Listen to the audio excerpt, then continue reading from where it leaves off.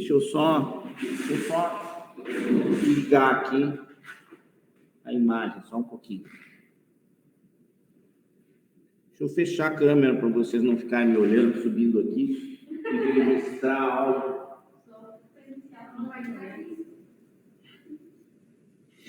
Então, o que eu acho assim, não, aqui é em vários lugares, né? Eu acho que não é uma coisa que vai ser só lá. Eu acho que eles visam mais lá a parte do internato mesmo, porque daí tem que passar um tempo maior no hospital. Mas, assim, eu realmente não conheço, eu não sei da estrutura do hospital. Eu conheço bem aqui. Lá em Sapiranga, onde eu fui, é tudo bem simples, assim, e tal. A UTI neonatal é boa, né? A parte pediátrica não tem muitos pacientes, mas assim tem uma média complexidade que até certo nível, quem está iniciando na pediatria, eu acho que está adequado. Então, tem o berçário também, não tem muitos pacientes, mas a gente também consegue escalonar. Então, eu acho... Agora, no caso, lá em Sapiranga, vocês vão com os professores. Então, quer dizer, vocês não vão aprender, vocês vão aprender com base no que os professores vão dizer. E muitas vezes a gente vê, assim, nas melhores casas do ramo, vamos dizer assim, você vê assim, pá, eu não concordo muito com essa conduta do colega, né? Mas eu digo assim, como eu acho que é o certo fazer, é assim, assim, assim, assim. Vou ensinar o certo para vocês. Em esse paciente é assim, assim, assim, assim, né? Também faz parte do aprendizado, entendeu? Eu dizer que, olha, nesse caso, a conduta é essa, essa, essa. E vocês vão desenvolvendo o espírito crítico também de vocês, né? Mas certamente vocês vão ver muitas coisas em vários lugares, né? Por profissionais que não são os professores de vocês, né? E aí, mas vocês, saindo da faculdade, tem que saber, tem que sair sabendo a coisa certa e atualizada. Agora, se lá no local tal eles não fazem, quem é que vai, né? Quem é que vai ensinar vocês mesmo? Quem vai ensinar os professores, né? Vocês vão pelos professores, vocês vão... Ou melhor ainda, não é nem pelos professores, vocês vão pelo que está no book, pelo que está no livro. É o mais correto. Claro. Hã? Tem uma discussão sobre isso, mas eu honestamente acho que vai seguir a disponibilização do código para mim. Acho que não vai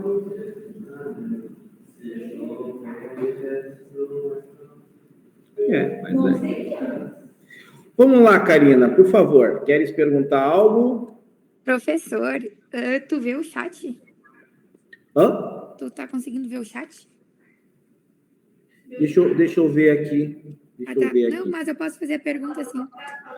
Tu, por acaso, conheceu o Hospital Vila Nova, em que a Fevale fechou parceria em Porto Alegre? Eu estou conversando justamente sobre isso, eu não conhecia. Eu achei que era daí, eu não peguei o início daí. Não, mas as colegas aqui presenciais estão me perguntando o que eu acho e tal da questão, mas eu não conheço o hospital, então eu não posso dizer, né? Então parece que tem algumas críticas, alguma controvérsia em relação ao hospital. Eu não tenho muito o que dizer. De qualquer forma, sim, a pediatria não vai ser no Vila Nova, porque lá não tem pediatria, né? E, assim, o que foi dito assim, não, mas fechou com o Vila Nova, então daí não vão mais fazer negociação com Regina. Não, a negociação com Regina, isso eu tenho conhecimento, ela continua, porque não é só a questão da graduação, tem a residência também, mas o pediatria ala SUS, o Regina ala SUS do Regina é pediatria, né? Não é clínica. A clínica é municipal, basicamente, né? Então, agora, por que eles querem também o Vila Nova? Pensando no internato, né? Agora, se é bom, se a qualidade é boa, daí tem o aspecto de ser longe, distante e tal. Tudo isso tem, mas é uma solução que está se encontrando aí. Sim. Não, é que eu até pesquisei sobre o hospital na internet, né? E ali a gente tem um comentário falando sobre, e foi bem assustador ver o relato da pessoa. E acho que tá uma... Assustador? Nossa, professor, é horrível. Horrível mesmo. Sim, é horrível os comentários que tem sobre o hospital. São horríveis os comentários. Eu não sei. Então, é tipo... O bairro é barra pesada. Então, agora... É uma coisa que, tipo, tem como a gente se basear na qualidade do hospital, né? O relato dos pacientes de lá. Agora, assim... Deixa eu só te cortar um pouquinho, desculpe. Agora, assim... eu acho que... a gente vai ter que ver, né, como é realmente. Eu acho que vocês, como alunos, podem se posicionar. Olha, não está adequado, não está, né? Agora, às vezes as famas enganam um pouco, né? Eu me lembro que eu fiz uma época um plantão lá em Alvorada, no Hospital de Alvorada. E lá tinha uma UTI neonatal, tem ainda, até hoje. E era um hospital que foi adotado pelo Instituto do Coração. Está começando a crescer em questão estrutural e de recursos, até tanto que nessa pandemia é um dos referências de Porto Alegre no combate, porque ele foi um dos primeiros que recebeu os hospitais extras do Exército, para o futuro. Sabe? E por mais que lá é um bairro mais pesado, ali na área de hospital, é um lugar mais tranquilo e respeitado pela população. Então, tipo assim, muitas dessas coisas que a gente vai ter no internato, a parte de saúde, você, todos certo, mas enfim, para quem está naquela região, essa parte de São Paulo está cheia, porque como tem uma criminalidade maior e também tem a questão de que é uma sociedade precária, então a gente vai pegar muito dessas coisas.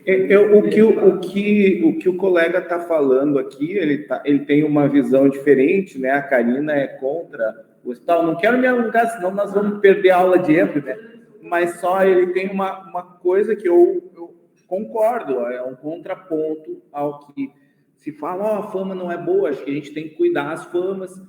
Eu já trabalhei, ia dizendo, no hospital de Alvorada lá, que é uma zona bem barra pesada, mas, nossa, o hospital tinha um apoio lá do Instituto do Coração, a parte de neo, pelo menos, era super boa, e tinha uma equipe boa, fazia as coisas certinho e tal. Então, gente, eu acho que vocês ainda... Vocês estão numa situação, de certa forma, privilegiada, né? Porque... Sim. É sobre, tipo assim, a distância é um pouco... A distância. Mas é um pouco... Sim. Sim, mas... Sim, por que não tentar começar por cá, um pouquinho mais para cá, ao invés de na zona sul de Porto Alegre, sabe? Sim. E além disso, ok, não podemos nos levar pela fama, mas esses comentários têm uma razão de ser. Sim, mas o que eu quero dizer é o seguinte, tudo isso passa por negociações, não passa pelos professores, né? Sim, não, é o que eu não conheço, e é da parte da clínica, mas o que eu ia dizer, assim, né? Eu acho que, porque é mais para nível do internato, né? Eu acho que vocês estão numa situação privilegiada, porque vocês ainda não estão na parte clínica. E certamente os colegas de vocês que vão passar por lá, eles vão ter uma noção da prática, né?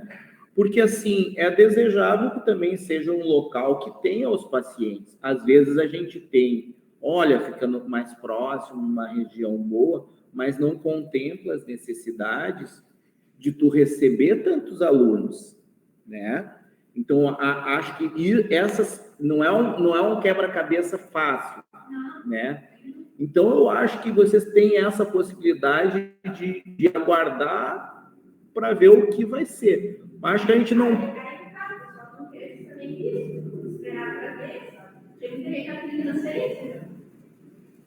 Bom, mas vai encontrar outros problemas nos outros lugares, com certeza, né? Eu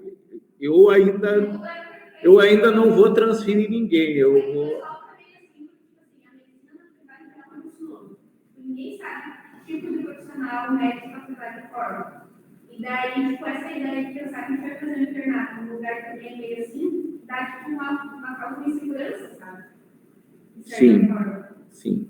Mas, enfim. Não, com certeza, né? Mas eu acho que as coisas vão se resolvendo aos poucos e vai dar tudo certo, tá? Eu acho que a gente tem muita coisa boa e tal. Eu acho que o que tem que, às vezes, cuidar é o seguinte: a gente não sabe o problema dos outros, porque os outros levam muitas vezes para consumo interno. Eu sou um que, dos lugares que eu passei, eu sei muito bem os problemas, mas para mim todo lugar é o melhor do mundo que eu passei. Eu quase comparo a Harvard. Ninguém sabe. Eu estudei lá, o pessoal se ouvia falar e disse, nossa, né? Parece um hospital mega, né? Não, mas eu aprendi muito, né? Às vezes em hospitais pequenos, mas que tinha uma baita demanda, tinha uma boa organização, Então, assim, o objetivo principal é vocês terem um local para aprender. A faculdade está tentando organizar isso. Acho que vai se resolver. Eu não me precipitaria em transferir, porque os outros também têm seus problemas. Eu sei da PUC, tem problemas. A PUC, que é a PUC, tá? Eu conheço professores da PUC. Estão tendo também bastante dificuldades. Não está fácil para ninguém, né? Então, se a gente está aqui tem coisas boas também. Eu acho que o ciclo básico aqui é muito bom. Tem ótimos professores e uma boa estrutura. Acho que o puxão de orelha, né? A Karina quer vir presencial ainda. Vem, Karina. Tá? Acho que a puxão de orelha que eu dou que vocês têm que aproveitar bem o que tem. Vir participar, vir nas práticas, né? Vamos lá. Bueno, pessoal, vamos lá. Tá dando para... Eu vou deixar o chat aberto aqui, tá? Daí alguém, se quiser ir fazendo algum comentário. Tá conseguindo? Posso fechar aqui, então, o chat? Eu vou fechar para aumentar um pouquinho a tela aqui. Pessoal, querem que eu fique de pé aqui, os presenciais? Ou não? Não perdem grande coisa, né? Então, vamos ficar. Essa aula aqui eu acho bem legal, porque é uma base, assim, depois para a parte de cardio, principalmente das cardiopatias congênitas, né? Que são as principais causas de doenças cardiovasculares no público infantil. São as cardiopatias congênitas. Felizmente, elas não são comuns, mas elas costumam ser muito graves, né? Então, gente, deixa eu só ver uma coisa aqui. Passei uma aqui, né? As cardiopatias congênitas, né? Como é que a gente detecta uma cardiopatia congênita, né?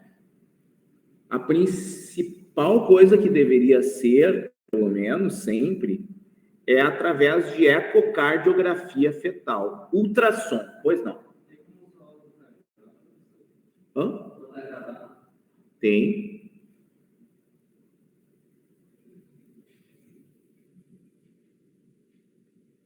Então, gravando aqui, voltando para repetir, ficar gravado, principal método, o ideal, né, como método para detecção das cardiopatias seria através da ecocardiografia fetal, ultrassonografia fetal. Quer dizer, feita durante a gestação, né,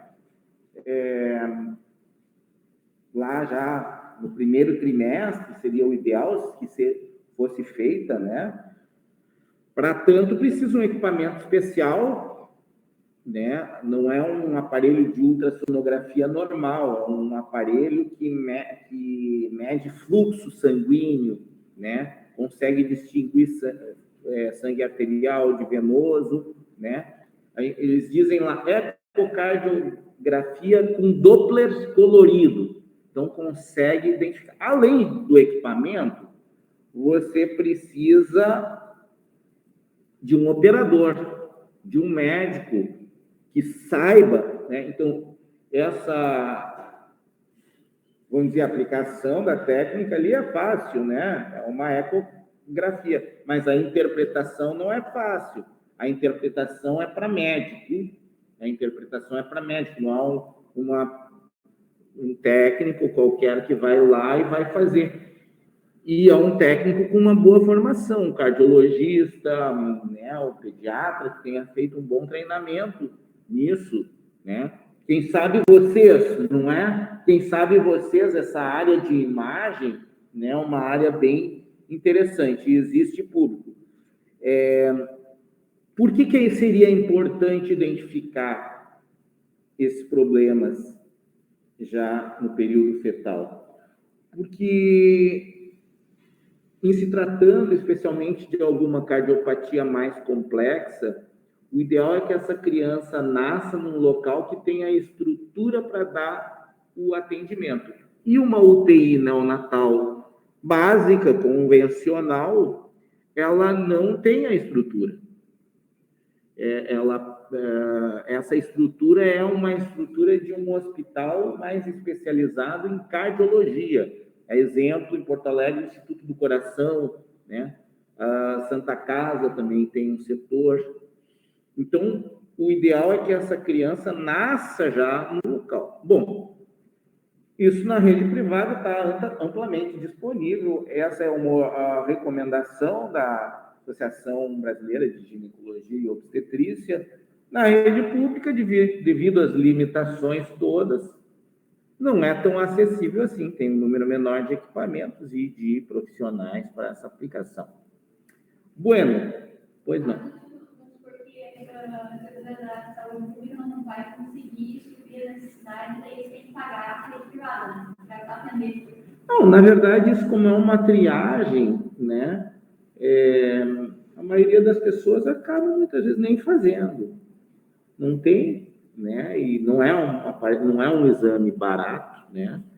Então, muitas vezes não faz. Bom, mas aí a gente tem outras etapas que pode ser detectado, que é talvez não o ideal, mas logo que o bebê nasce, vamos dizer que nasceu aqui no hospital. Eu vou ir mandando as perguntas aqui. Tá. Isso. Então, nasceu, tá? Nasceu e como a gente vai detectar? Tem uma que é evidente se tem sintomas característicos. Então, como diz aqui, tiver sopro em bebezinho, o que é sopro? É um achado semiológico lá, é como se fosse um som entre as bulhas cardíacas, aquele tum-tac, né? Tem um sonzinho ali que é o sopro. Vamos aprender melhor na semiologia. Aí tu tem lá os tipos diferentes do sopro, sistólico, diastólico, mais assim, né? Eu não vou nem entrar nesse mérito, mas eu vou dizer que a presença de sopro no recém-nascido, mesmo que ele esteja estável, sem problema nenhum, tem que ser investigado. Não mandar esse bebezinho para casa, né? Ele nasceu, foi avaliado e tem um sopro, mas está bonitinho, está rosadinho e tal. Uma coisa tão discreta que eu escutei aqui com o meu. Vai para casa e daí, quando puder, vai avaliar isso. Não é uma boa dica, esse pode complicar, porque ele descompensa em pouco tempo e daí ele volta já com uma insuficiência cardíaca grave e pode ter algum problema muito sério. Então, sempre sopro em recém-nascido precisa ser investigado.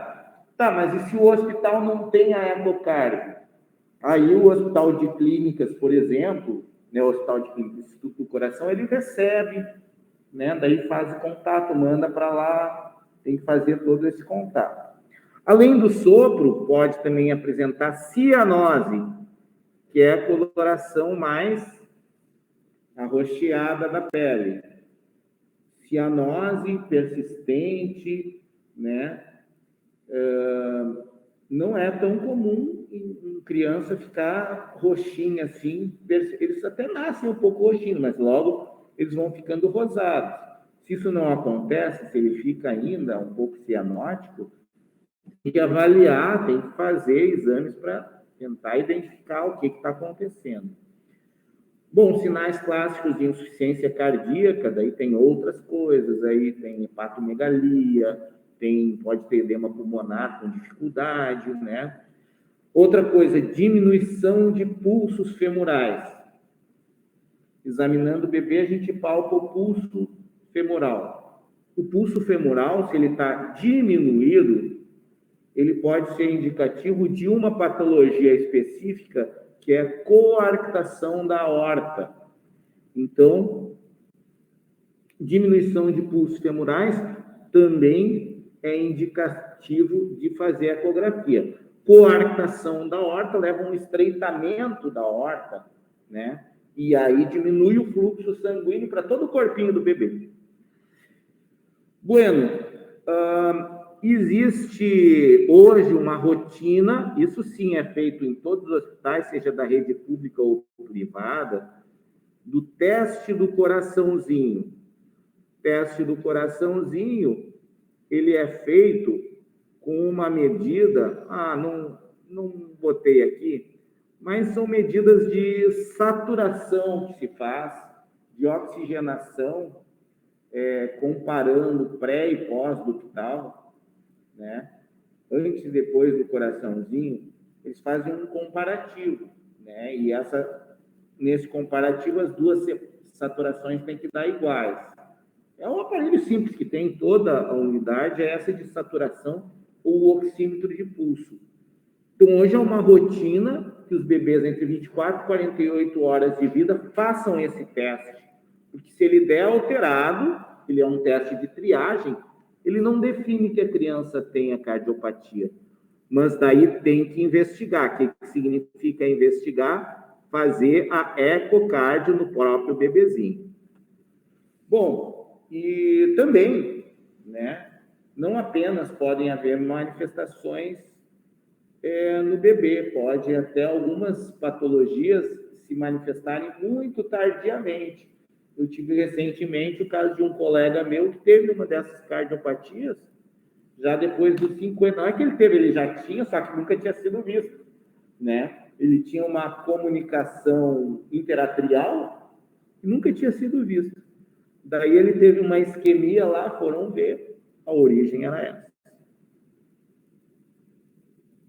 Bom, aqui fala um pouquinho dessa avaliação, então, que é do teste do coraçãozinho, que é o teste, desculpe, que é teste do coraçãozinho, não, confundi. Aqui é a ecocardiografia fetal, certo? Então, aqui detalhei um pouco melhor, indicado em todas as gestantes, entre 26 a 28 semanas, né? Todas, né? Mesmo quando a gravidez ocorre normalmente, é realizado aqui por um especialista e é um exame relativamente rápido de se fazer, né? Ele é do tranquilo.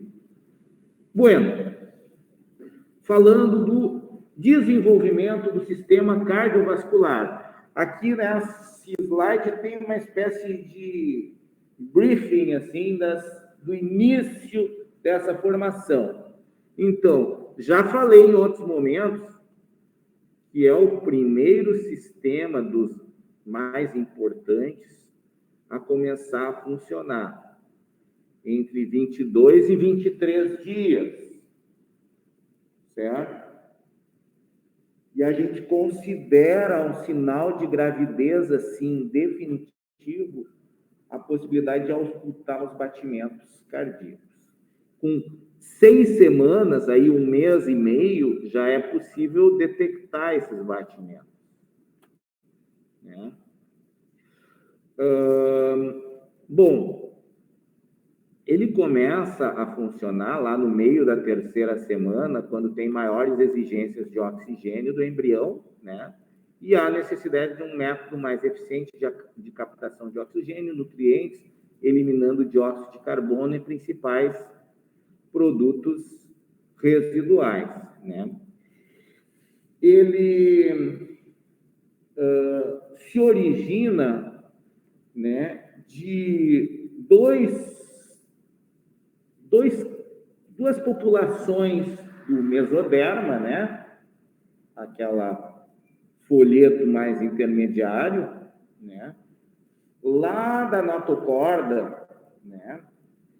E que vão formar lado a lado, lá no parte cranial, 2 campos cardíacos. Boa tarde. Tudo bem? 2 campos cardíacos bilateralmente, né? Então, eles formam 2 campos dos 2 lados, ali, então, 4 campos ao todo, certo? E está tudo separado lá, está tudo separado no primeiro momento. Depois, lá naquele período de dobramento, uma das coisas que ocorre é se juntarem esses campos cardíacos. Ó, então, tu tem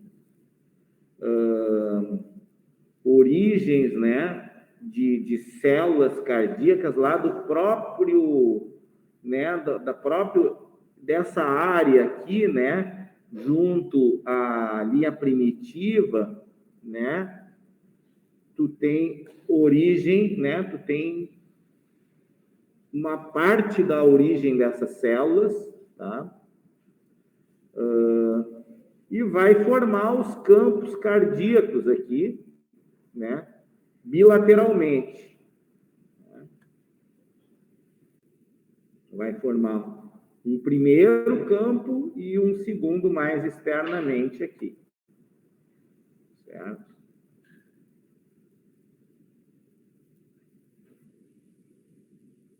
Ó, no primeiro momento lá, ó, não tem aquela forma toda do coração, ela é como se fosse um grande vaso ali, né? A questão da próxima, todo mundo pergunta, né? Ela começar. Hã? A questão da próxima, todo mundo pergunta, né? O coração começar. Ah, isso. Vocês erraram essa aqui. Ih, meu Deus, eu fazia até uma brincadeira com isso, né? Eu não deixava, não. Ó, e aí o que acontece? Ele tá mais cranialmente, depois ele se posiciona mais ventralmente. Certo? E, bom, quando eles se juntam, a gente tem a impressão, tá, que quando eles se juntam, bom, então aí vai formar a parte toda esquerda do coração e direita do coração. Então, tu vai formar átrio e ventrículo esquerdo e átrio e ventrículo direito.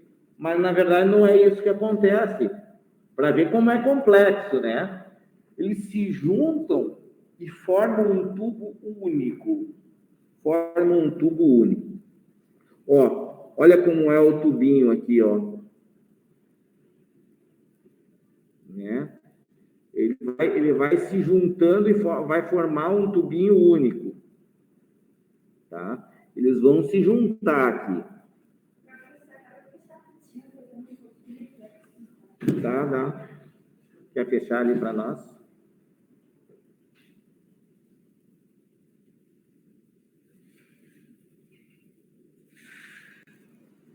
Uhum.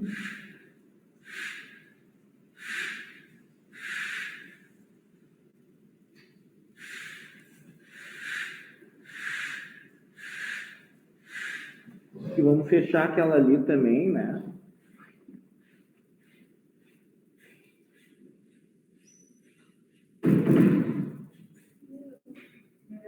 Melhorou?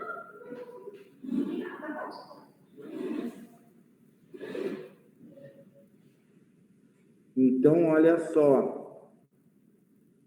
Os tubos, eles vão se juntar aqui no meio, ó. Eles vão se juntar E daí já começa a ter aqui, entre os tubos, né, sítios de fusão. Eles vão se fundindo aqui e vão formar um tubo único. Tá?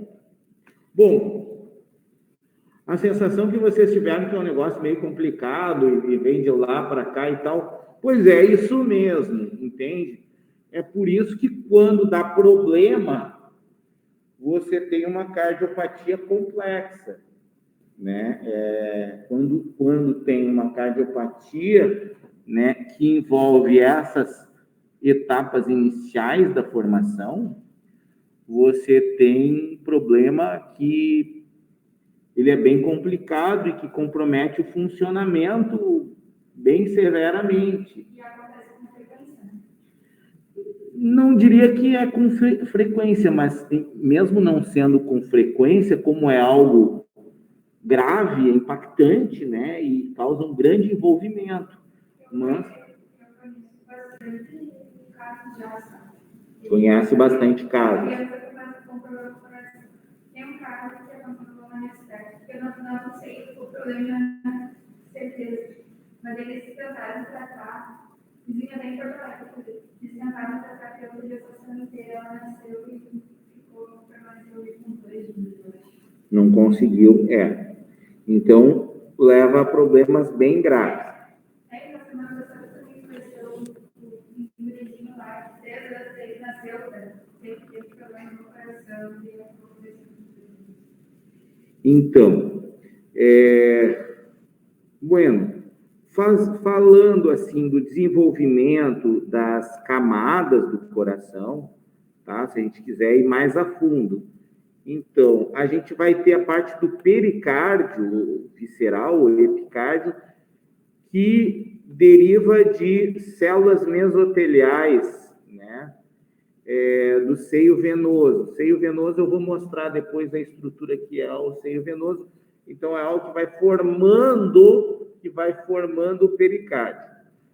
Tu tem uma parte que é o miocárdio, que deriva do mesoderma, tá?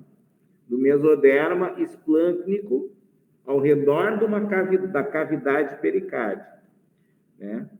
Esse miocárdio, ele é separado da parte endotelial por uma espécie de geleia cardíaca. Por que é importante? Essa geleia cardíaca, ela tem envolvimento de células da crista neural.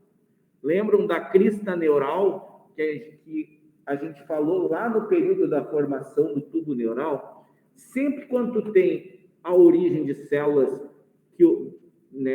da crista neural, tu tem algo complexo, tu tem algo delicado. Então, o que tu tem no coração? Tu tem todo aquele sistema de transmissão, né, no coração, da transmissão do estímulo no coração, né? O coração, além de ter essa característica de bomba, de músculo, né? Tem também essa característica da transmissão neuronal, com inclusive ali os nós, né? Com o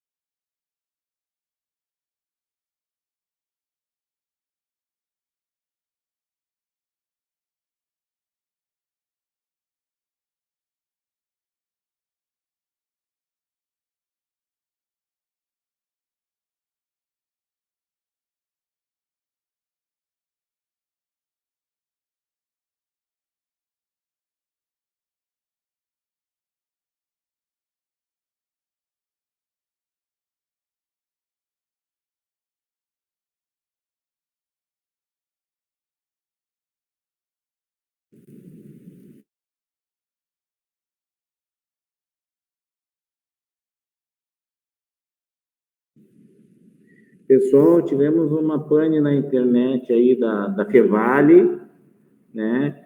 E aí por isso que a gente teve que interromper. Vamos voltar aqui a nossa atividade.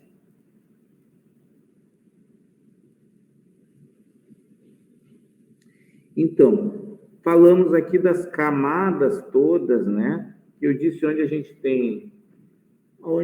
tem a presença de células da crista neural, a gente tem um sistema um pouquinho mais elaborado, que é o que compõe aqui basicamente essa geleia cardíaca.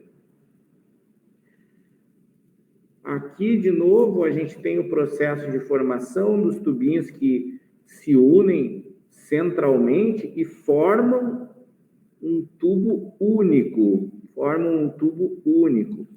onde tu tem ali, né, tubo endocárdico, que são células endoteliais, como se fosse de vaso. Depois nós temos, entre essas células endoteliais e a parte muscular, a gente tem a tal da geleia cardíaca, né?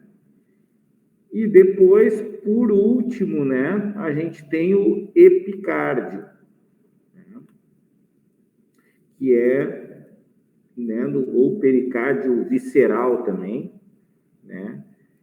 Então, a geleia cardíaca, né? A geleia cardíaca é a faixa intermediária aqui, certo? E, né, você vai ter entre a geleia cardíaca, entre o endocárdio e a parte muscular, essa geleia cardíaca aí. A função dela é desenvolver todas aquelas estruturas que facilitam no sistema de condução, por exemplo, do coração, tá? Tem a parte neuronal ali, basicamente isso aí, tá?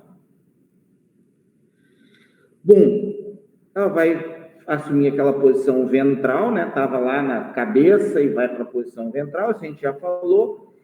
E aí ela forma um tubo único com dilatações e constrições alternadas. É mais ou menos uma coisinha assim, ó, tá?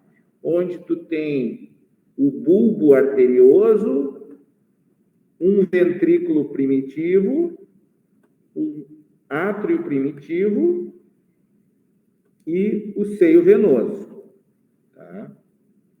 Essas são as 4 partes, né, desse tubo, né, do tubo primitivo ali do coração, que é um cilindro praticamente, né? Um cilindro com dilatações e contrições.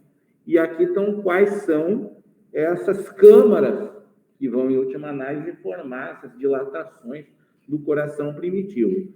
Dica quente, a gente costuma perguntar sempre dessas dilatações, quais são essas dilatações, né? Então, forma essas dilatações, depois ela primeiro é um tubo mais ou menos retinho, depois elas vão se dobrando, e aí vão dar origem às diferentes câmaras e partes do coração, né?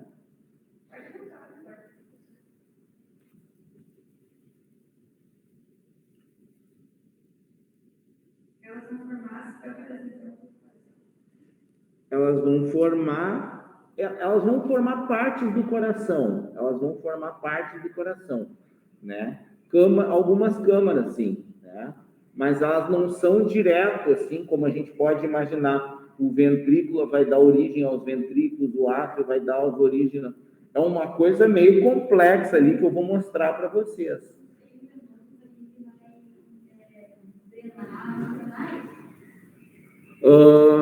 O seio venoso, ele vai drenar, tá?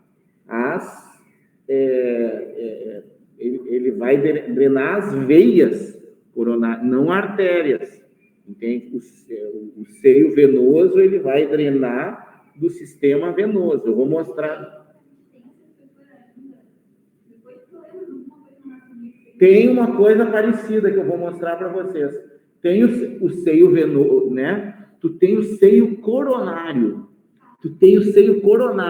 Exatamente. O seio venoso vai dar origem ao seio coronário. Eu acho que é isso que tu tá lembrando, tá? Que fica na parte posterior do coração. Eu vou mostrar exatamente isso depois.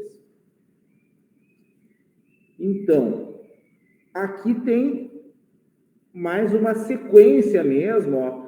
Vem, né, lado a lado, se juntam, se fundem, formam uma câmara mais cilíndrica, né, com as reentrâncias, e depois vai acontecendo um dobramento aqui do coração para ele atingir a forma definitiva dele, né, posteriormente, tá?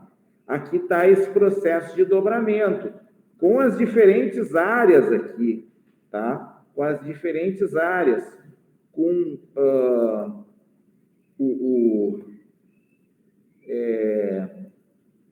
com os átrios, com os ventrículos, com o seio, né, coronário, primeiro com o bulbo, com os átrios, com os ventrículos e com o seio venoso. Né? E vai se dobrando aqui, né? Vai se dobrando, certo? Aqui, isso que a colega perguntou, se a gente, vamos ampliar aqui, tá? Vamos ampliar aqui. Em algum momento aqui, ó, a gente tem, né, o seio venoso. O seio venoso é nessa localização aqui. Ah, por que é tão complexo assim? Sim, porque o seio venoso vai drenar para os 3 sistemas de veias que tem no embrião. O embrião tem, de cada lado, 3 sistemas de veia. Tem o sistema das veias vitelínicas, que vão drenar para aquela vesícula vitelínica. Tem as veias umbilicais, tá? E, por último, aqui tem as veias cardinais, tá? E todas essas drenam para o seio venoso, certo? Só que, olha só, isso tudo vai se degenerar, né? Isso tudo vai se... Então, nada fica igual no adulto. Olha só que coisa louca, né? Ela está olhando ali apavorada, né? Uma confusão total, ó. Elas drenam aqui. Mas aí, olha o que a colega viu. O seio... Pô, que boa pergunta para a prova, né? O seio coronário aqui, ó, Laura, olha aqui, ó, o seio coronário aqui, ó, tá certo? O seio coronário, tá? Ele, né, origina-se do seio venoso, certo? Origina-se do seio venoso. Hã? Posso cobrar na prova isso? Tá.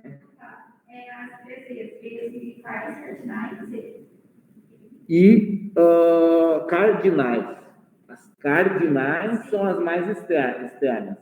As umbilicais são as do meio e as vitelínicas são as mais do meio ainda. Ó. Quer ver? Ó, aqui, ó. As do meiozinho aqui são as vitelínicas, daí essas duas aqui intermediárias são as umbilicais e as bem de fora são as cardinais.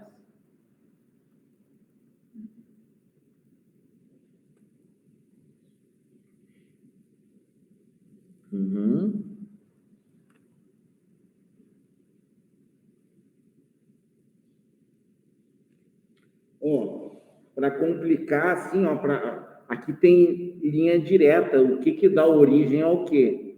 Tá? O bulbo, a parte mais superior ali, vai dar origem ao tronco arterial, tá? O tronco arterial e ao ventrículo direito, tá? O átrio, esse é direto, tá? O átrio vai dar origem aos átrios. O ventrículo, tá, ok, ele vai dar origem ao ventrículo esquerdo. Ele vai dar origem ao ventrículo esquerdo, né? Uma parte do ventrículo, né, esquerdo. E o seio venoso vai dar origem, né, a uma parte do átrio direito, né, mais à direita, né, e ao seio coronário, que é aquilo que a colega ali chamou muito bem a atenção, pessoa ligada, né.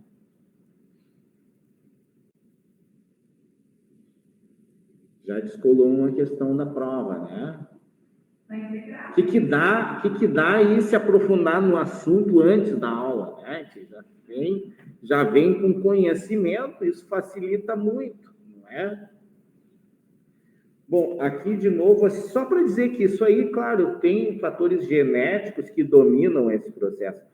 E aí, gente, de tudo isso, a mensagem mais importante, embora não seja só isso que eu vou pedir, é que todo esse processo ele é muito complexo e justamente o que pode acontecer? Uma coisa não se encaixar exatamente na outra e daí vai levar às malformações cardíacas, que é isso que eu vou falar um pouquinho mais adiante, só mostrar para vocês, certo?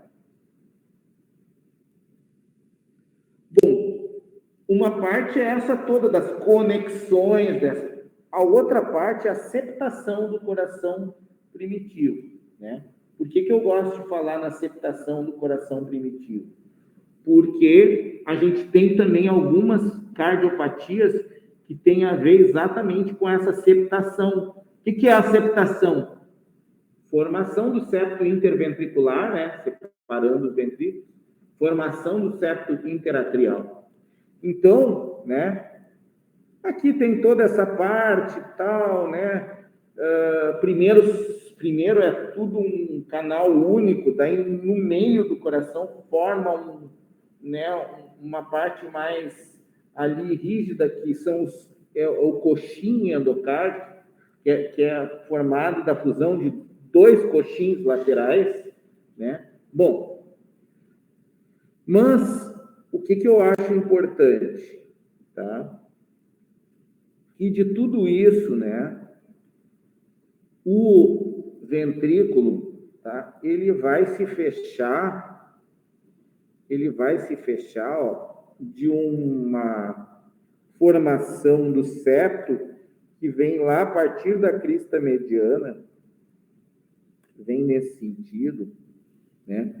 Por um tempo, tu tem uma comunicação aqui, que é o forame interventricular, mas até a 7ª semana está tudo fechado. Se não tiver fechado, o que nós temos?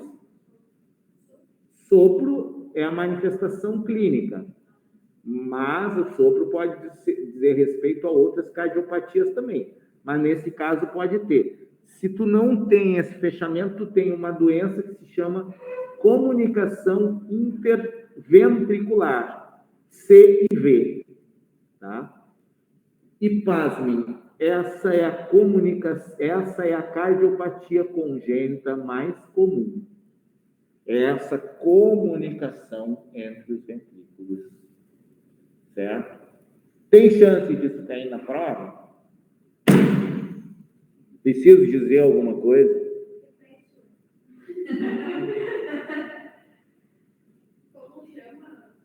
Comunicação interventricular. Sim, normalmente faz por cateterismo e fecha.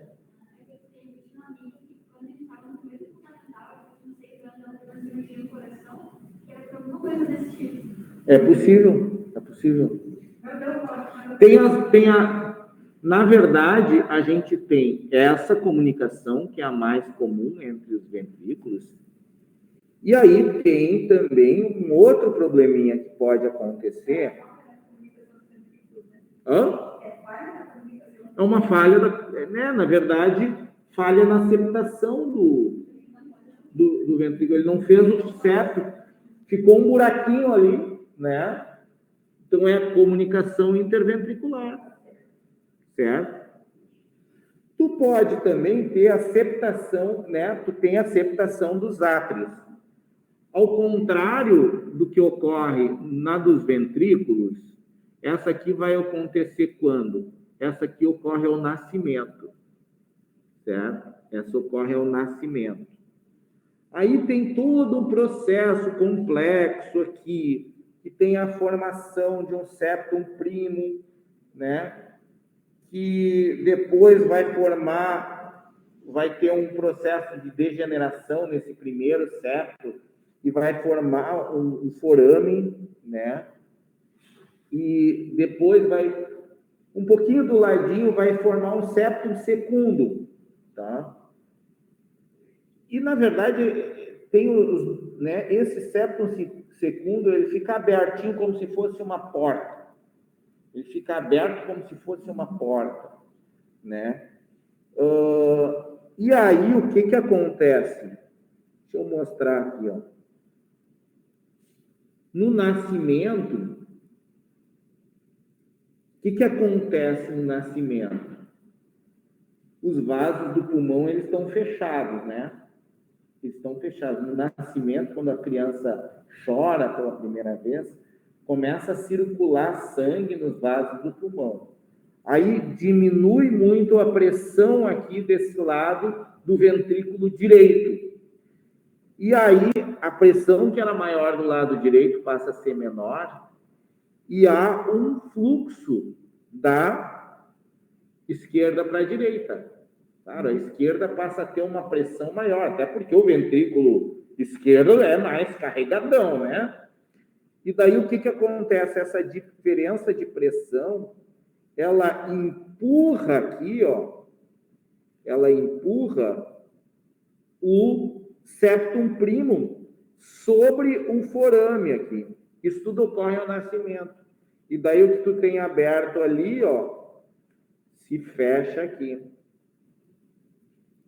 Tá? Ele se fecha aqui.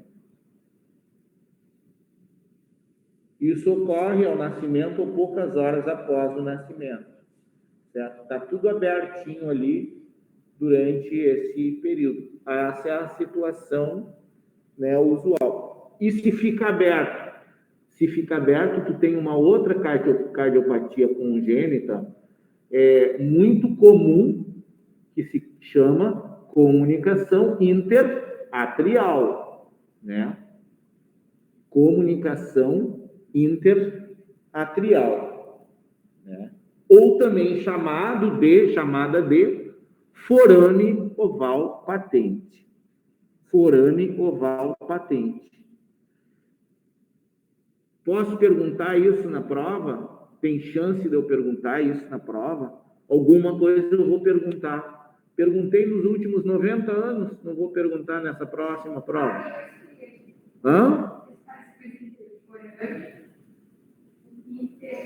Forame oval patente, né? Porque é aberto, né? Forame oval patente, ou comunicação interatrial. Aí já nós temos duas cardiopatias bem frequentes. Certo?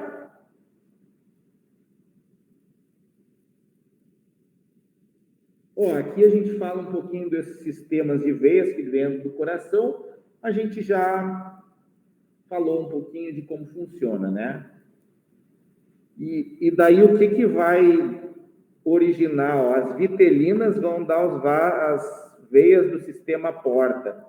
As cardinais vão formar a veia cava superior, né?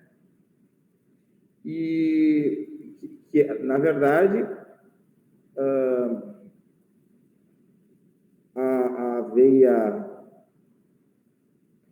a veia cava superior, ela é formada pela cardinal comum mais a cardinal anterior, né? A cava inferior é a vitelina mais a cardinal.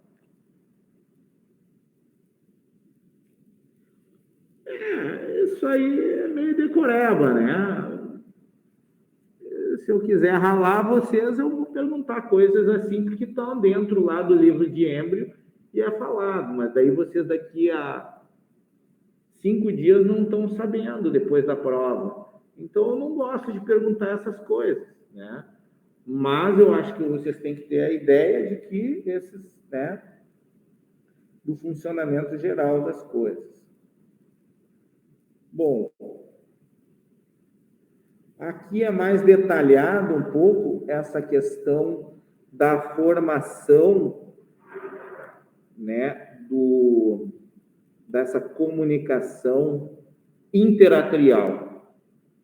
Tá, eu vou passar mais rapidinho, já explorei. Aqui estão todos os vasos, né, do sistema venoso, são esses azuizinhos aqui. E aí tu tem do sistema arterial também. Do sistema arterial, tu tem aqui nessa região, né, todas as artérias faríngeas que irrigam, né, e que, na verdade, elas, a partir do coração, existe um saco aórtico, né? O saco aórtico, a partir do coração primitivo, vai compor a formação da aorta, né? E de algumas estruturas vasculares dessa região. E a partir dessas veias, dessas artérias dos arcos faríngeos, você forma 2 aortas dorsais. São 2, é diferente do adulto, né? Então, você tem 2 aortas dorsais. Só para ter uma ideia de que é bem diferente, né? E você tem também aqui, né? Você tem uma aorta... Você tem uma aorta... você tem uma artéria vitelina, tá? Você tem uma artéria umbilical, tá? E tem várias artérias aqui que a gente chama de intersegmentares. Então, vários vasos que aparecem no adulto são composições entre esses intersegmentares, a aorta dorsal, umbilical e tal. De tal forma que, se vocês quiserem saber isso realmente, como uma base da anatomia, está aqui. Eu não vou perder 15 minutos falando vaso por vaso o que origina. Mas, certamente, ela que se interessa, ela depois vai lá e vai olhar aqui um por um e vai decorar, obviamente, e memorizar com toda facilidade. Aqui também, já que ela está se aprofundando no tema, ela pode ver o que vai dar a origem de cada uma dessas artérias dos arcos faríngeos. Então, por exemplo, do primeiro arco faríngeo vai dar origem às maxilares e às carótidas externas. Do segundo, as estapédias, que são do ouvido médio. Terceiro, as carótidas comuns. E assim vai, né? Aqui. Está bem claro aqui, né? Se ela quer olhar em detalhes, vai estar ali, tem todas as ramificações, certo? E como se dá esse processo está mais detalhado aqui, certo? O que eu posso sim perguntar é referente a esse quadrinho aqui que eu já falei em algum outro momento para a turma de vocês, tá?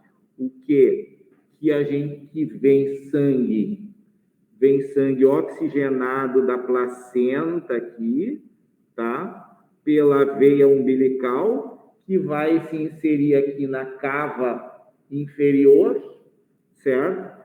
E vai oxigenado, daí ele passa de um lado para o outro aqui, porque lembra que aquele canal está aberto, que o canal comunicação interatrial está aberto, passa e vai pela circulação sistêmica cada vez com um menor teor de oxigênio, certo? Após o nascimento, como se fecha isso, certo? Aqui vem sangue venoso, ele oxigena no pulmão, nos pulmões ali. Nossa, tá perfeito. Meu Deus do céu! Meu Deus do céu. Ele oxigena ali no pulmão, tá? E ele vem vermelhinho, que é o que representa ali, ele vem vermelhinho, bem oxigenado, né? Ele vem para a circulação sistêmica, certo? E eu tenho certeza que da parte da anatomia vocês manjam muito mais do que eu e estão com isso muito mais quentinho na cabeça de vocês do que eu, não é? Não vou nem perguntar. Não estão com tudo na cabeça? Ah, hoje é só o abdômen, ainda não foi a parte... Ah, na primeira. Ah, tá.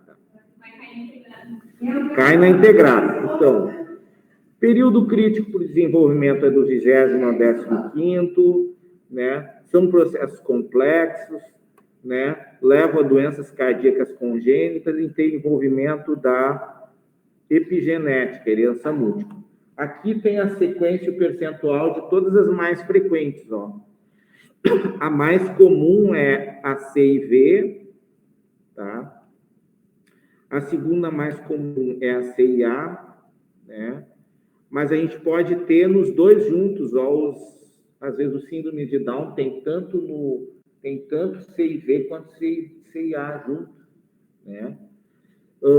Persistência de canal arterial é relativamente frequente. Sabem o que é o canal arterial? Sabem o que é o canal arterial? Canal arterial, só um pouquinho aqui.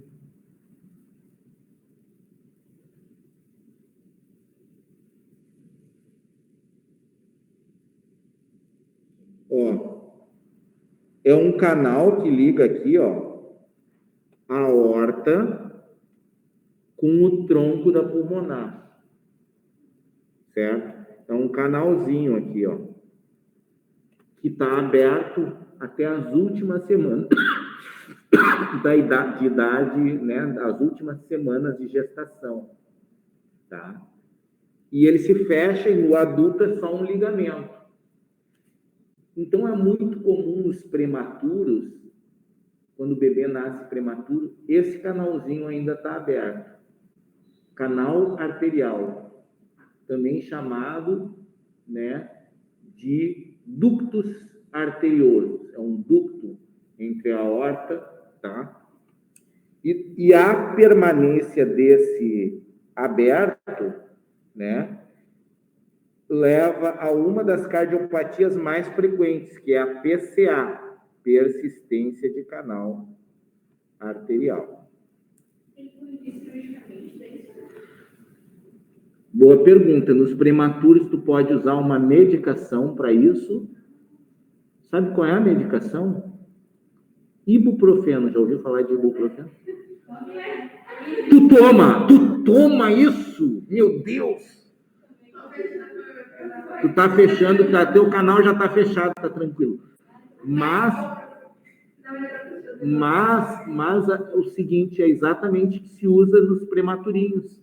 Ele tem é um anti-inflamatório que tem essa capacidade. Eu sempre na pediatria falo, pô, o ibuprofeno a gente usa tanto e tal, antitérmico, analgésico, mas conforme a dose, a diferença entre o remédio e o veneno é a dose, né? Conforme a dose, tem efeitos mais graves, mais sérios. Então, aqui no bebê, obviamente, é uma dosagem diferente, mas é dado via oral também, e tem essa capacidade. Bom, a maioria das vezes se fecha no prematuro com o uso do ibuprofeno. Se não fechada, aí pode eventualmente ser cirúrgico. Tá? Aí a coarctação da aorta, é aquele do estreitamento que eu falei, tá? Tetralogia de Fallot. Tetralogia de Fallot envolve 4 elementos, tá? 4 elementos que eu vou mostrar ali para você. Transposição de grandes vasos. troca tudo do lugar. Tu tem duas circulações em paralelo. Tronco arterial persistente. Tronco arterial persistente, tu tem só um tronco, onde tu tem nesse tronco a aorta e a pulmonar, tudo junto ali. Problemaço, tá? Aí tu tem estenoses, que são estreitamentos da aórtica e da pulmonar, e destrocardia, que é tudo por um lado, né?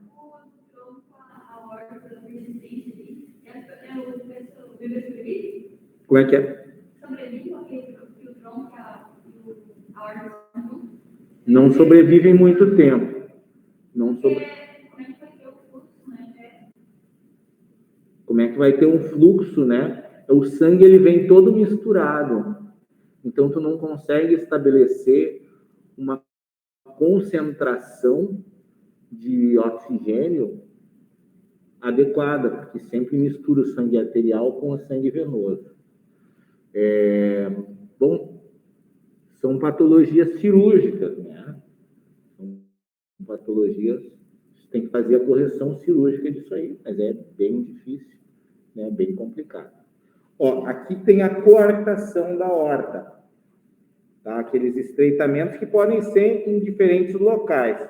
Essa que eu disse que é importante, palpação dos pulsos femorais, lá no início.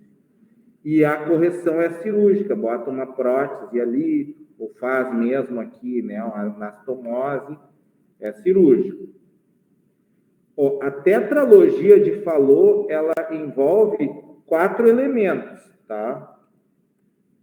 A tetralogia de Fallot, ela envolve, tá, uma hipertrofia de ventrículo direito, ela envolve uma obstrução, né, entre o ventrículo e a artéria pulmonar, ela envolve a permanência de uma CIV, né, e ela envolve uma posição anômala da aorta. Eles dizem até a aorta cavalgando o septo. Por isso que ela é tetralogia.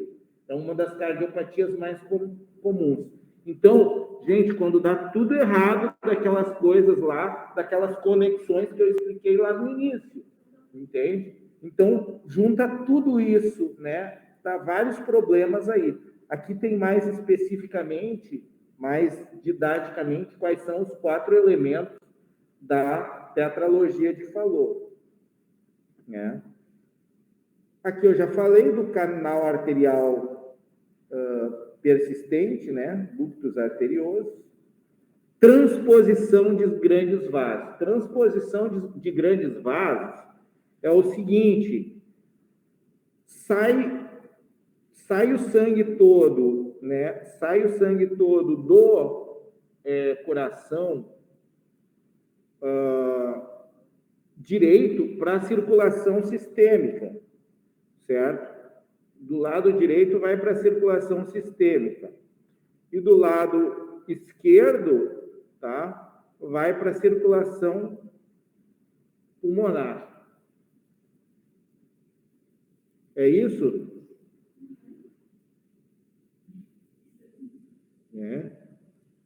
É isso aí.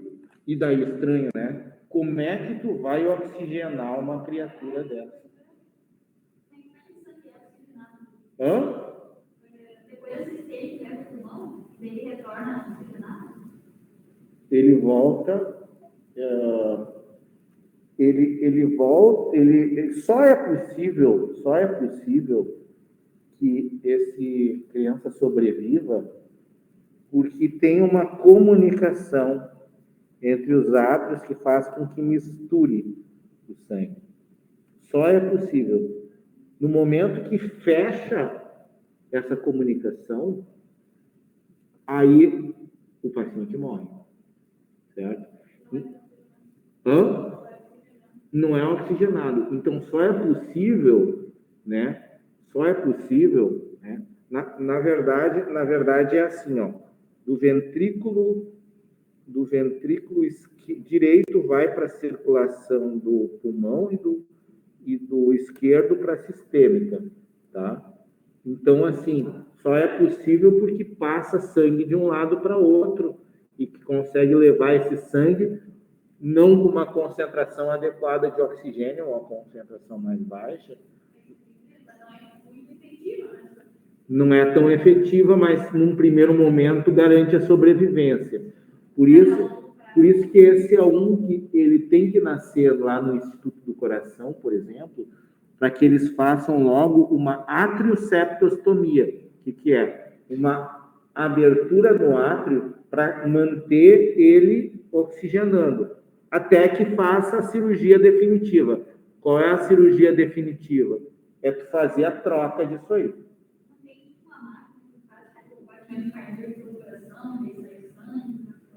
Tem a circulação transmembrana, né? Tu pode usar, né? Em situações, né? Nesse caso é utilizado, mas, por exemplo, durante o transoperatório de uma situação assim é usada isso. Mas tu está dizendo assim? Isso. Exatamente. Tem uma máquina que faz todo esse processo de circulação e de oxigenação do sangue, enquanto o organismo não está conseguindo fazer, né? Mas veja, é uma máquina super complexa, em poucos lugares tem. Acho que tem uma no Rio Grande do Sul.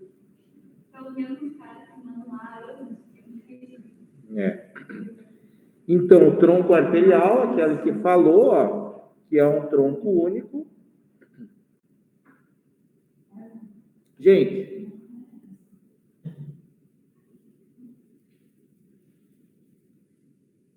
alguma dúvida até aqui?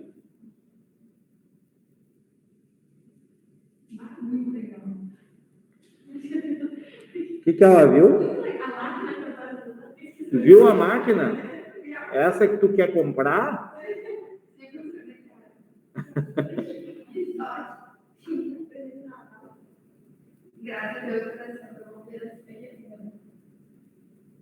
Olha aí.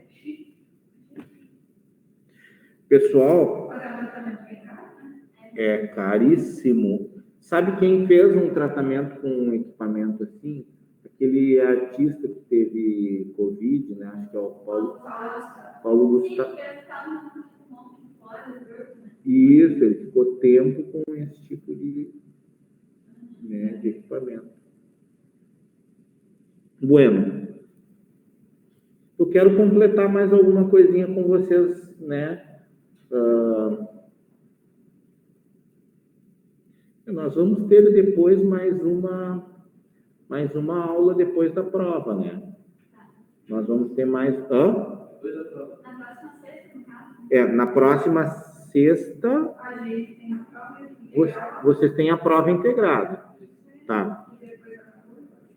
Depois tem mais uma aula, né? Tem mais uma aula, não estão de férias ainda, tá? Então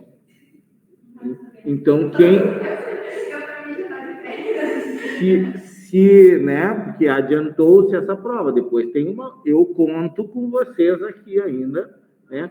Até porque tem uma... Nem que seja virtual, né? Mas não vão perder. Até porque tem uns assuntos que eu acho bem legais ainda para vocês, tá?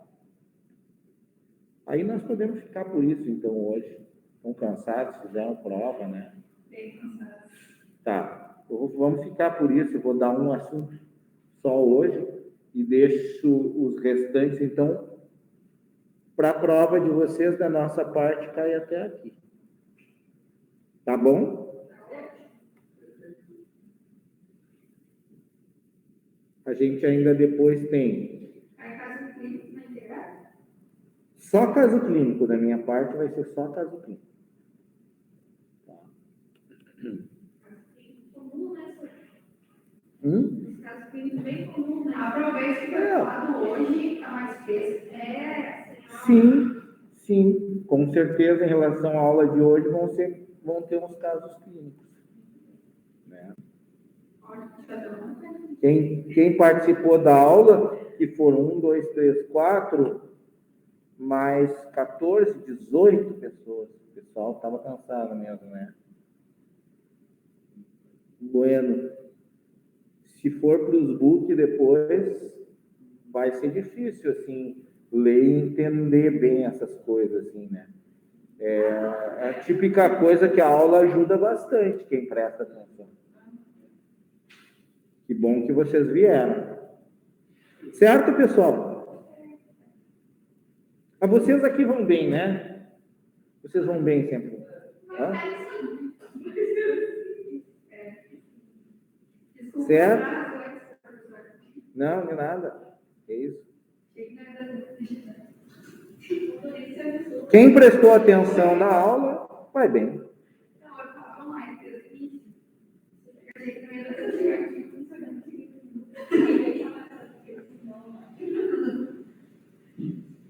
Boa tarde, bom final de semana, então, para todos. Tudo de bom.